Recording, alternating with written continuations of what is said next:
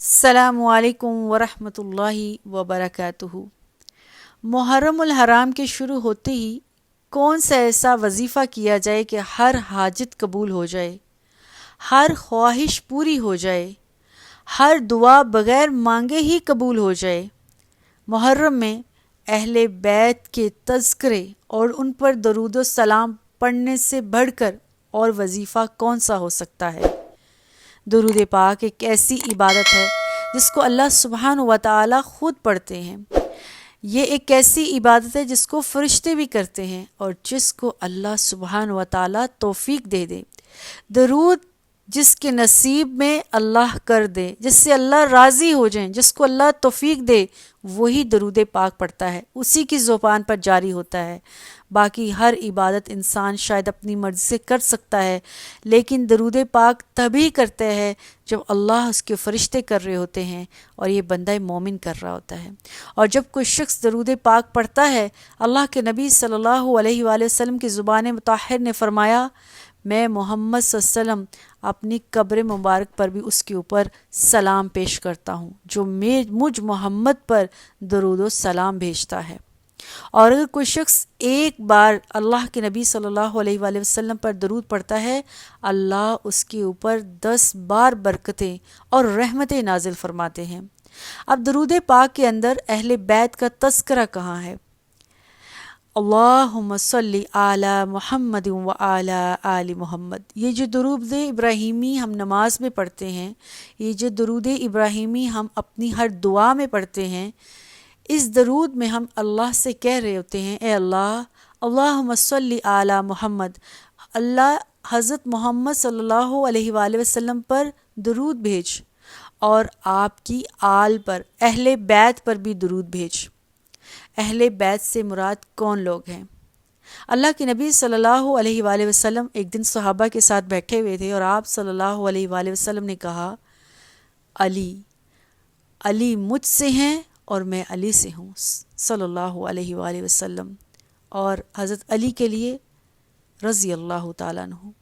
اور ایک اور مقام پر رسول اکرم صلی اللہ علیہ وآلہ وسلم نے فرمایا، الحسین منی و انا من الحسین، حسین مجھ سے ہے اور میں حسین سے ہوں۔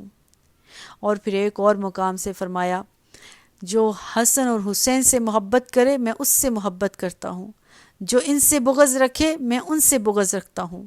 اور پھر فرمایا، علی امیر المؤمنین ہے، علی میرا بھائی ہے، علی میرا وصی ہے۔ اور خیبر کے دن اللہ کے نبی صلی اللہ علیہ وآلہ وسلم نے فرمایا تھا، آج میں جھنڈا اس شخص کو دوں گا جو اللہ اور اس کے رسول سے بے انتہا محبت کرنے والا ہے، اور اللہ اس کا رسول بھی اس سے محبت کرتا ہے۔ اور اللہ کے نبی صلی اللہ علیہ وآلہ وسلم نے وہ جھنڈا حضرت علی رضی اللہ تعالی عنہ کو دیا تھا۔ امام مسلم نے 6220 حدیث میں حضرت مولانا علی رضی اللہ تعالی عنہ کے فضائل بیان کرتے ہوئے فرمایا ہے کہ مولا علی کے فضائل تو اس قدر ہیں کہ انسان صبح سے شام اور شام سے صبح ہو جائے، زندگی ختم ہو جائے، ان کے فضائل اور مناقب ختم نہ ہوں۔ لیکن ایک حدیث حضرت عائشہ رضی اللہ تعالی عنہ فرماتی ہیں کہ ایک دن اللہ کے نبی صلی اللہ علیہ وآلہ وسلم اپنے گھر میں اس طرح سے برآمد ہوئے کہ آپ صلی اللہ علیہ وآلہ وسلم کے اوپر ایک نہایت خوبصورت نقش و نگار والی چادر تھی۔ اتنے میں جناب حسن رضی اللہ تعالیٰ عنہ دوڑے ہوئے آئے۔ اللہ کے نبی صلی اللہ علیہ وسلم نے اپنی چادر مبارک میں ان کو ڈھانپ لیا۔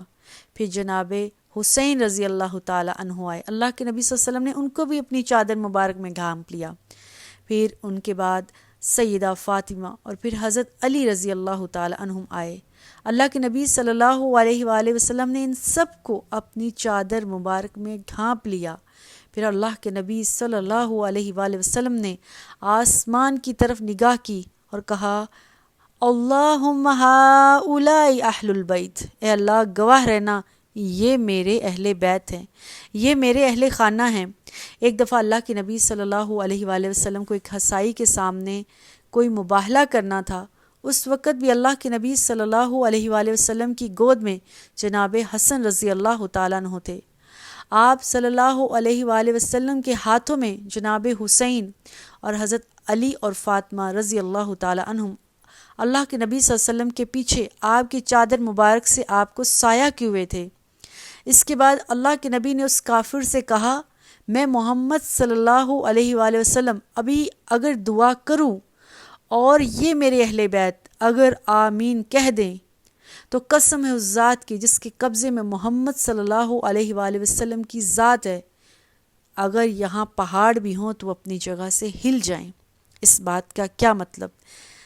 اگر ہم حضرت محمد صلی اللہ علیہ وسلم پر درود و پاک پڑھتے ہیں، آپ کے اہل بیت پر درود پاک پڑھتے ہیں، اور اگر اہل بیت کسی بات پر کسی دعا پر آمین کہہ دیں تو پہاڑ اپنی جگہ سے ہل جائیں، ہماری جو پہاڑوں جیسی مشکلات ہیں، ہماری حاجتیں ہیں، پریشانیاں ہیں، وہ حل کیوں نہیں ہوں گی؟